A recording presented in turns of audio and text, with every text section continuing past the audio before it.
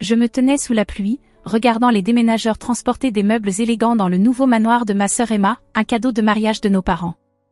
Une maison à 2,8 millions de dollars dans le quartier le plus prestigieux de Boston. Pendant ce temps, je vivais dans un petit appartement au-dessus de la librairie où je travaillais, peinant à joindre les deux bouts. N'est-ce pas parfait pour eux, s'extasia ma mère, ne remarquant même pas que j'étais trempée à force de rester dehors. Emma et James seront tellement heureux ici, et il y a plein de place pour les petits-enfants. Je forçai un sourire, en pensant à la carte de félicitations que j'avais peiné à acheter. C'est magnifique, maman. Emma sortit de la maison, impeccable dans des vêtements de créateur, sa nouvelle bague de fiançailles captant le peu de lumière qui perçait à travers les nuages. Madison, tu es enfin là, dit-elle joyeusement. Alors, que penses-tu de notre première maison? Première maison. Comme si un manoir de près de 3 millions de dollars n'était qu'une simple étape. C'est ravissant, réussis-je à dire. Le cadeau de mariage parfait. Oh, ne sois pas jalouse, m'a dit, rit Emma, utilisant le surnom que j'avais toujours détesté. Je suis sûre que tu trouveras quelqu'un de spécial, toi aussi. Peut-être un de ces gentils garçons de la librairie. Notre mère intervint avec enthousiasme. Tu sais, le fils des Henderson est toujours célibataire. Il est comptable maintenant, une carrière très stable.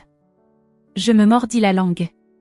À 32 ans, j'avais un master en littérature et je travaillais sur mon premier roman, mais pour eux, je restais la déception de la famille, la fille qui avait choisi les livres plutôt que les affaires, les rêves plutôt que la sécurité. Je devrais y aller, dis-je doucement. Mon service commence bientôt. Un samedi? Maman fronça les sourcils. Mais nous organisons un dîner de famille pour célébrer la maison d'Emma. Certains d'entre nous doivent travailler le week-end, maman. Emma leva les yeux au ciel. Toujours aussi dramatique, m'a dit. C'est pour ça que tu galères, tu sais. Tu choisis toujours le chemin le plus difficile au lieu d'accepter de l'aide. De l'aide. Comme la bourse d'études complète en commerce que j'avais refusée. Comme le poste dans l'entreprise de papa que j'avais décliné. Comme les rendez-vous arrangés avec des hommes appropriés que j'avais esquivés. Ce qu'ils n'avaient jamais compris, c'est que leur aide venait toujours avec des conditions, des chaînes dorées conçues pour me façonner selon leur vision du succès. La librairie manque de personnel, dis-je en me tournant déjà pour partir. Et j'ai besoin des heures supplémentaires. Au moins, prends des restes avec toi, soupira maman. Je déteste penser que tu manges seule dans ce minuscule appartement. Je ne lui dis pas que mon minuscule appartement était mon sanctuaire, un espace rempli de livres, d'art et de paix. Un endroit où je pouvais écrire sans jugement, rêver sans limite. Le lendemain matin, je m'arrêtai chez Pet, à l'épicerie du coin, pour mon café habituel. Pet, une figure de grand-père qui tenait la boutique depuis 40 ans, m'accueillit avec une excitation inhabituelle. Madison, tu as vérifié ton billet? Je clignai des yeux, confuse. Puis je me souvins du billet de loterie que j'avais acheté 2 jours plus tôt, un achat impulsif avec mes derniers 5 $, lorsque le jackpot avait atteint des sommets records. Pas encore. Je sortis le ticket froissé de mon portefeuille. Quels étaient les numéros gagnants? Les yeux de Pet pétillaient. Regarde les infos, ma belle. Je sortis mon téléphone et naviguai jusqu'au site de la loterie. Les numéros apparurent à l'écran, 7, 13, 24, 31, 42, 53. Mes mains commencèrent à trembler. Je regardai mon billet, puis l'écran. Pet. Ma voix n'était qu'un murmure. Je crois que j'ai gagné. Il sourit.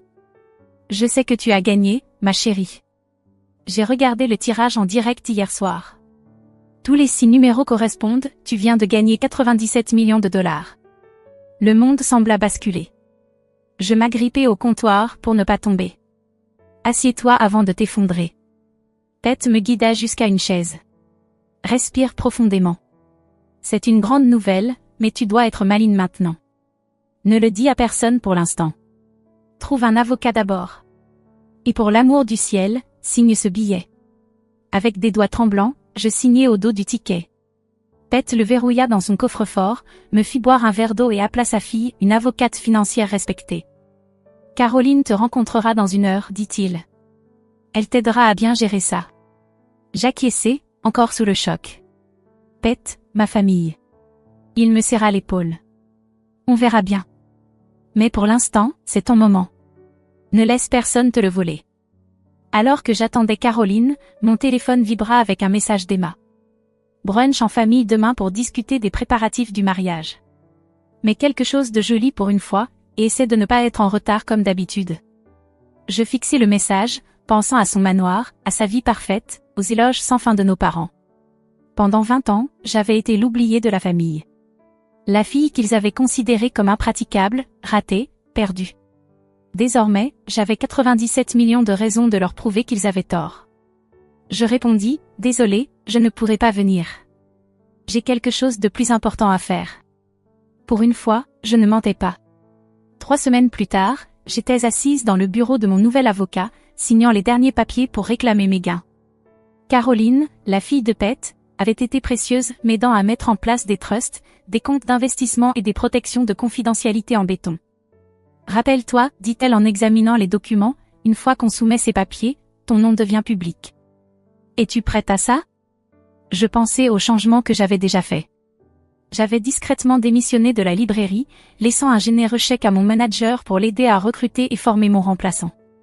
J'avais acheté une maison magnifique mais modeste dans un quartier calme, utilisant un trust pour garder mon nom hors des registres publics. Et j'avais commencé à poser les bases de ma propre maison d'édition, déterminée à aider d'autres écrivains oubliés à faire entendre leur voix. Je suis prête, dis-je fermement. Le lendemain matin, mon visage était partout dans les médias de Boston. Une écrivaine locale gagne le jackpot du loto, 97 millions de dollars. Une employée de librairie devient multimillionnaire en une nuit. Madison Bennett remporte un prix record. Mon téléphone a explosé de messages. D'anciens camarades de classe. Des parents éloignés. Des connaissances oubliées. Tous se souvenaient soudainement de mon existence. Mais les messages que j'attendais sont arrivés en dernier. D'abord, Emma.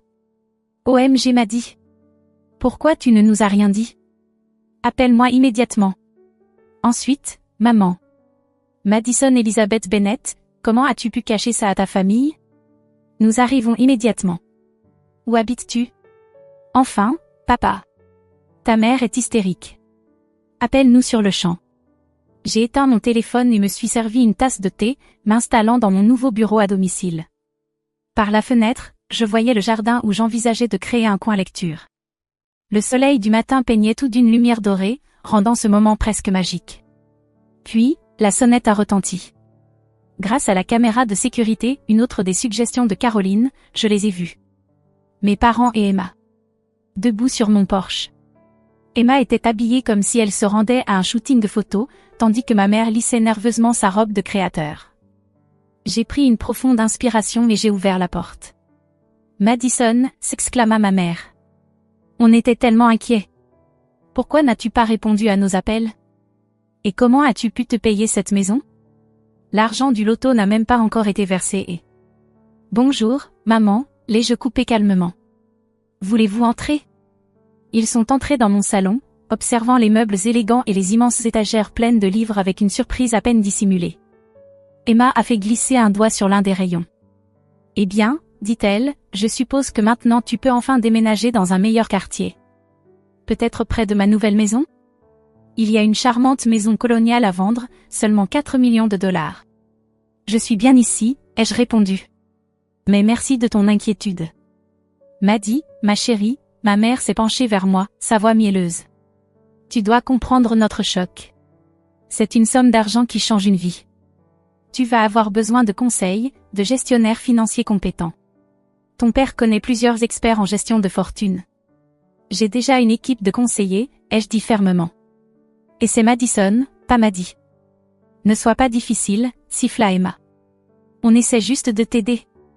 Dieu sait que tu n'as jamais été doué avec l'argent, comme cette fois où je t'ai prêté 10 000 dollars pour ton entreprise de départ.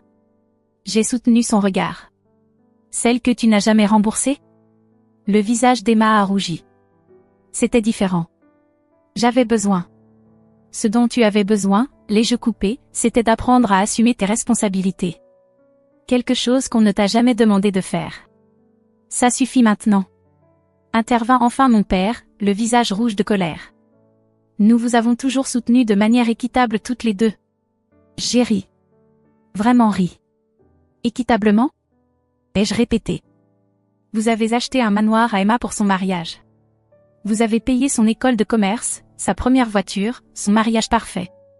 Et moi, qu'est-ce que j'ai eu pour ma remise de diplôme? Un sermon sur les choix de carrière pratique. Parce que nous étions inquiets pour toi, s'écria ma mère. Tes choix étaient si imprudents. Nous voulions juste. Vous vouliez que je sois comme Emma, ai-je terminé pour elle. La fille parfaite. Celle qui fait les choix raisonnables. J'ai croisé les bras. Eh bien, devinez quoi? Mes choix imprudents m'ont mené ici. Je me suis avancée vers mon bureau et j'ai sorti 3 enveloppes. Emma, ai-je dit en lui tendant la première, voici un chèque de banque de 110 000 $ pour rembourser le prêt que tu as commodément oublié. Sa mâchoire s'est crispée en prenant l'enveloppe. Maman. Papa. J'ai tendu la deuxième enveloppe. Ceci est un chèque de 15 000 $, la somme totale de chaque cadeau, chaque paiement, chaque contribution que vous avez jamais faite pour moi. J'ai tenu des comptes précis. Ils ont fixé les enveloppes, incapables de prononcer un mot. J'ai levé la dernière enveloppe. Et ça? Ai-je poursuivi. Elle contient des documents prouvant que j'ai déjà créé ma propre maison d'édition, fondé une organisation caritative pour les programmes d'alphabétisation et investi mon argent avec l'un des meilleurs cabinets du pays. Je les ai regardés un à un. Je n'avais pas besoin de vos conseils à l'époque. Et je n'en ai certainement pas besoin aujourd'hui. Mais nous sommes une famille, chuchota ma mère. Oui, dis-je. Et une famille doit aimer sans condition, soutenir les rêves, pas les écraser. Célébrer les différences, pas essayer de les effacer. Je suis allée jusqu'à la porte et l'ai ouverte. Maintenant, si vous voulez bien m'excuser, j'ai une réunion avec mon conseil d'administration pour financer de nouvelles bibliothèques dans les communautés défavorisées. Tu fais une erreur, déclara mon père d'un ton raide. Tu as besoin de nous. J'ai souri, me sentant plus légère que je ne l'avais été depuis des années. Non, papa. C'est vous qui avez besoin de moi. Et c'est bien la véritable raison de votre présence ici, n'est-ce pas? Emma se leva, le visage déformé par la colère. Tu crois que tu es meilleur que nous maintenant? À cause de quelques numéros chanceux? J'ai soutenu son regard, imperturbable. Non, Emma. Je l'ai toujours été. C'est juste que vous ne l'avez jamais vu. Alors qu'il se retournait pour partir, ma mère hésita, me regardant avec des larmes dans les yeux. Madison, s'il te plaît, chuchota-t-elle. On a fait une terrible erreur. On le voit maintenant. On ne pourrait pas recommencer? Je l'ai regardée, vraiment regardée. Pour la première fois, je l'ai vue telle qu'elle était. Petite. Comme ils l'étaient tous. Piégés dans leur vision étriquée de la réussite et de la valeur. Peut-être un jour, dis-je doucement. Mais pas aujourd'hui. Je fermai la porte sur leur protestation et retournai à mon bureau. Sur mon bureau reposait le manuscrit de mon roman, l'histoire d'une fille qui trouvait sa voie dans un monde qui essayait de la faire taire. Il était temps d'écrire le chapitre suivant. 6 mois plus tard, la soirée de lancement de Bennett Publishing House était tout ce dont j'avais rêvé. Nous avions transformé un ancien entrepôt en un espace magique rempli de livres, d'art et de possibilités. Des auteurs locaux dont nous avions signé les œuvres se mêlaient aux agents littéraires et aux journalistes, tandis que des enfants de notre programme d'alphabétisation présentaient fièrement leurs propres histoires dans un espace d'exposition spécial. Ted se tenait à mes côtés, rayonnant comme un père fier.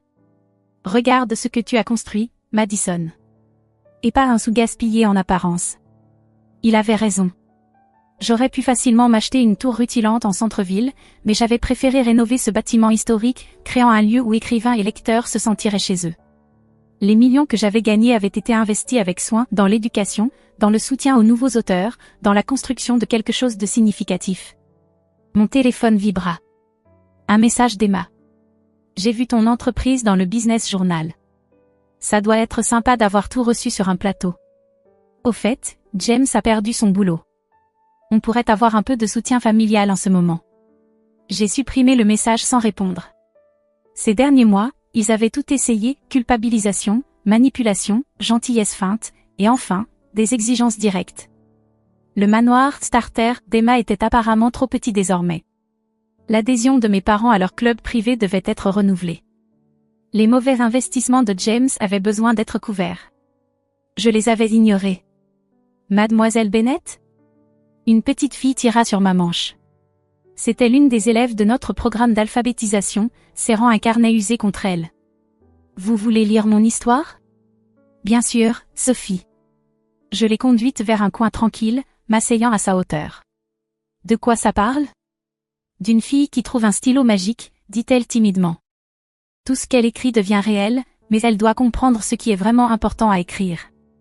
Je souris, réalisant que la sagesse venait parfois des endroits les plus inattendus. Madison? J'ai levé les yeux. Ma mère était là, mal à l'aise dans cette atmosphère décontractée. Elle avait perdu un peu de sa perfection polie, les derniers mois avaient été difficiles pour eux. Je savais que l'entreprise de mon père avait perdu plusieurs clients majeurs. Que le mariage parfait d'Emma montrait des fissures. Que leur cercle social s'était réduit à mesure que leurs ressources s'amenuisaient.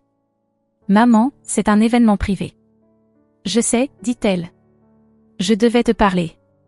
Elle jeta un regard à Sophie. Seule. Je me tournai vers Sophie. Pourquoi ne montres-tu pas ton histoire à mademoiselle Sarah? C'est notre éditrice jeunesse. Alors que Sophie s'éloignait en courant, je me suis tournée vers ma mère. Eh bien? Elle poussa un soupir, sa voix alourdie par ce qui ressemblait presque à de la résignation. L'entreprise de ton père est en faillite, dit-elle sans détour. La maison d'Emma est en saisie. Tout s'effondre, et toi, tu es ici à jouer avec des histoires d'enfants? Je me levai, la colère grondant en moi. Jouer? Ai-je répété. J'ai balayé la pièce d'un geste. Regarde autour de toi, maman. Vraiment regarde. Tu vois ces enfants? Ils apprennent à aimer la lecture. Ils commencent à croire en leur propre voix. Tu vois ces auteurs? Ai-je poursuivi. Ils ont enfin une chance qu'ils n'auraient jamais eu autrement. Je ne joue pas, maman. Je construis quelque chose de réel. Mais ma famille n'a jamais respecté mes choix. Je coupai court avant qu'elle ne proteste. Même maintenant, tu n'es pas ici parce que tu tiens à ce que j'ai construit. Tu es ici parce que tu as besoin d'argent. Elle tressaillit. Nous sommes toujours ta famille, dit-elle faiblement. Vraiment? J'ai levé la dernière enveloppe. Et ça? Ai-je poursuivi. Elle contient des documents prouvant que j'ai déjà créé ma propre maison d'édition, fondé une organisation caritative pour les programmes d'alphabétisation et investi mon argent avec l'un des meilleurs cabinets du pays. Je les ai regardés un à un. Je n'avais pas besoin de vos conseils à l'époque. Et je n'en ai certainement pas besoin aujourd'hui. Mais nous sommes une famille, chuchota ma mère. Oui, dis-je.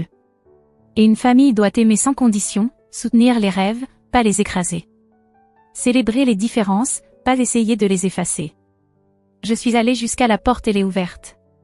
Maintenant, si vous voulez bien m'excuser, j'ai une réunion avec mon conseil d'administration pour financer de nouvelles bibliothèques dans les communautés défavorisées.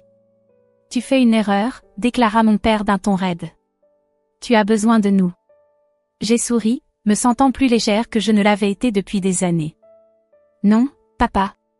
C'est vous qui avez besoin de moi. Et c'est bien la véritable raison de votre présence ici, n'est-ce pas? Emma se leva, le visage déformé par la colère. Tu crois que tu es meilleur que nous maintenant? À cause de quelques numéros chanceux? J'ai soutenu son regard, imperturbable. Non, Emma. Je l'ai toujours été. C'est juste que vous ne l'avez jamais vu. Alors qu'il se retournait pour partir, ma mère hésita, me regardant avec des larmes dans les yeux. Madison, s'il te plaît, chuchota-t-elle.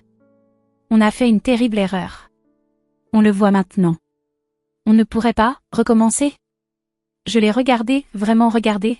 Pour la première fois, je l'ai vue telle qu'elle était. Petite. Comme ils l'étaient tous. Piégés dans leur vision étriquée de la réussite et de la valeur. Peut-être un jour, dis-je doucement. Mais pas aujourd'hui. Je fermai la porte sur leur protestation et retournai à mon bureau. Sur mon bureau reposait le manuscrit de mon roman, l'histoire d'une fille qui trouvait sa voie dans un monde qui essayait de la faire taire. Il était temps d'écrire le chapitre suivant.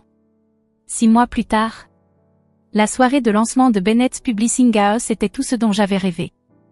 Nous avions transformé un ancien entrepôt en un espace magique rempli de livres, d'art et de possibilités. Des auteurs locaux dont nous avions signé les œuvres se mêlaient aux agents littéraires et aux journalistes, tandis que des enfants de notre programme d'alphabétisation présentaient fièrement leurs propres histoires dans un espace d'exposition spécial. Pete se tenait à mes côtés, rayonnant comme un père fier. « Regarde ce que tu as construit, Madison. » Et pas un sou gaspillé en apparence. Il avait raison. J'aurais pu facilement m'acheter une tour rutilante en centre-ville, mais j'avais préféré rénover ce bâtiment historique, créant un lieu où écrivains et lecteurs se sentiraient chez eux. Les millions que j'avais gagnés avaient été investis avec soin dans l'éducation, dans le soutien aux nouveaux auteurs, dans la construction de quelque chose de significatif. Mon téléphone vibra. Un message d'Emma. J'ai vu ton entreprise dans le Business Journal. Ça doit être sympa d'avoir tout reçu sur un plateau. Au fait, James a perdu son boulot. On pourrait avoir un peu de soutien familial en ce moment. J'ai supprimé le message sans répondre. Ces derniers mois, ils avaient tout essayé, culpabilisation, manipulation, gentillesse feinte, et enfin, des exigences directes. Le manoir starter d'Emma était apparemment trop petit désormais. L'adhésion de mes parents à leur club privé devait être renouvelée. Les mauvais investissements de James avaient besoin d'être couverts. Je les avais ignorés. Mademoiselle Bennett ? Une petite fille tira sur ma manche. C'était l'une des élèves de notre programme d'alphabétisation, serrant un carnet usé contre elle. Vous voulez lire mon histoire ? Bien sûr, Sophie. Je l'ai conduite vers un coin tranquille, m'asseyant à sa hauteur. De quoi ça parle ? D'une fille qui trouve un stylo magique, dit-elle timidement. Tout ce qu'elle écrit devient réel, mais elle doit comprendre ce qui est vraiment important à écrire. Je souris, réalisant que la sagesse venait parfois des endroits les plus inattendus. Madison ? J'ai levé les yeux. Ma mère était là, mal à l'aise dans cette atmosphère décontractée. Elle avait perdu un peu de sa perfection polie, les derniers mois avaient été difficiles pour eux. Je savais que l'entreprise de mon père avait perdu plusieurs clients majeurs. Que le mariage parfait d'Emma montrait des fissures. Que leur cercle social s'était réduit à mesure que leurs ressources s'amenuisaient. Maman, c'est un événement privé. Je sais, dit-elle. Je devais te parler. Elle jeta un regard à Sophie. Seule. Je me tournai vers Sophie. Pourquoi ne montres-tu pas ton histoire à mademoiselle Sarah ? C'est notre éditrice jeunesse. Alors que Sophie s'éloignait en courant, je me suis tournée vers ma mère. Eh bien ? Elle poussa un soupir, sa voix alourdie par ce qui ressemblait presque à de la résignation. L'entreprise de ton père est en faillite, dit-elle sans détour. La maison d'Emma est en saisie. Tout s'effondre, et toi, tu es ici à jouer avec des histoires d'enfants ? Je me levai, la colère grondant en moi. Jouer ? Ai-je répété. J'ai balayé la pièce d'un geste. Regarde autour de toi, maman. Vraiment regarde. Tu vois ces enfants ? Ils apprennent à aimer la lecture. Ils commencent à croire en leur propre voix. Tu vois ces auteurs ? Ai-je poursuivi. Ils ont enfin une chance qu'ils n'auraient jamais eu autrement. Je ne joue pas, maman. Je construis quelque chose de réel. Mais ma famille n'a jamais respecté mes choix. Je coupai court avant qu'elle ne proteste. Même maintenant, tu n'es pas ici parce que tu tiens à ce que j'ai construit. Tu es ici parce que tu as besoin d'argent. Elle tressaillit. Nous sommes toujours ta famille, dit-elle faiblement. Vraiment ? Je l'ai accompagnée jusqu'au mur où nous affichions nos histoires de réussite, des photos d'enfants en train de lire, d'auteurs signant leur premier contrat, de programmes communautaires apportant de vrais changements. La famille célèbre les victoires de chacun. La famille soutient les rêves de chacun. Quand est-ce la dernière fois que tu as demandé des nouvelles de mon roman ? De mes objectifs ? De mon bonheur ? Elle hésita. Je ne sais pas. Je me tournai vers elle. La loterie n'a pas changé qui je suis, maman. Elle m'a seulement donné la liberté d'arrêter de chercher une approbation que je n'obtiendrai jamais. Les larmes lui montèrent aux yeux. Nous avions tort, murmura-t-elle. Je le vois maintenant. Mais, tu ne peux pas nous pardonner ? Le pardon n'est pas le problème, dis-je doucement. Je vous l'ai pardonné il y a des mois. C'est pour ça que je ne suis plus en colère. Mais pardonner ne signifie pas laisser les gens continuer à vous blesser. Elle avala sa salive. Alors, qu'attends-tu de nous ? Rien. C'est bien ça, le point essentiel. Je n'ai plus besoin de rien venant de vous. Et tant que vous ne voudrez pas une relation avec moi qui ne soit pas basée sur l'argent, le statut ou votre idée du succès, nous n'avons rien à nous dire. Un bruit près de l'entrée attira mon attention. Emma venait d'arriver. Avec papa. Et James. Je soupirai. Vous êtes tous venus me piéger le jour du lancement de mon entreprise ? Nous sommes désespérés, pleura Emma, son mascara coulant sur ses joues. James a tout perdu dans cette arnaque d'investissement. La banque nous prend la maison. Et l'entreprise de papa s'effondre. S'il te plaît, m'a dit, tu dois nous aider. La salle était silencieuse. Nos invités faisaient semblant de ne pas observer la scène. Je regardais ma famille. Je les regardais vraiment. Papa, grisonnant et défait sans son pouvoir habituel. Emma, ses vêtements de créateur légèrement usés, désespérée d'obtenir un renflouement. Maman, déchirée entre sa fierté et son besoin. Non, dis-je fermement. La voix de papa se brisa. J'expirai. Je vais vous faire une autre offre à la place. Sortant mon téléphone, je fis défiler quelques photos. Voici Carter Financial Service, dis-je. Ils recherchent des conseillers expérimentés avec des connexions dans la communauté. Papa, ils ont accepté de t'accorder un entretien pour un poste de cadre supérieur. Aucune garantie. Mais une vraie opportunité. Je passai à la photo suivante. Emma, le Centre des Arts Local cherche un coordinateur de collecte de fonds. Avec tes compétences sociales et ton expérience en organisation d'événements, tu serais parfaite. Encore une autre photo. James, l'entreprise de construction d'un ami recrute des chefs de projet. Un vrai travail. Un salaire honnête. Le visage d'Emma se tordit d'horreur. Tu veux qu'on travaille pour d'autres gens? Je veux que vous gagniez votre propre chemin. Comme je l'ai fait. Construisez quelque chose de réel. Découvrez qui vous êtes sans les titres ronflants et l'argent emprunté. La mâchoire de papa se crispa. Et si nous refusons? Je soutins son regard. Alors vous trouverez une autre solution. Mais vous n'aurez pas un centime de moi pour maintenir le mode de vie qui nous a tous rendus si malheureux. Un silence. Puis maman s'avança. Le Centre des Arts, dit-elle, me surprenant. Il pense vraiment qu'Emma serait douée pour la collecte de fonds? Oui, dis-je honnêtement. Parce qu'elle l'est, quand elle fait un véritable effort. Pas juste en jouant le rôle de la fille parfaite. Emma essuya ses yeux, étalant son mascara hors de prix. Je ne sais pas comment être autre chose. Si, tu le sais, dis-je, lui prenant la main, la première fois que nous nous touchions depuis des mois. Tu es intelligente, capable et déterminée. Utilise ces qualités pour quelque chose de significatif au lieu de seulement soigner les apparences. Papa se racla la gorge.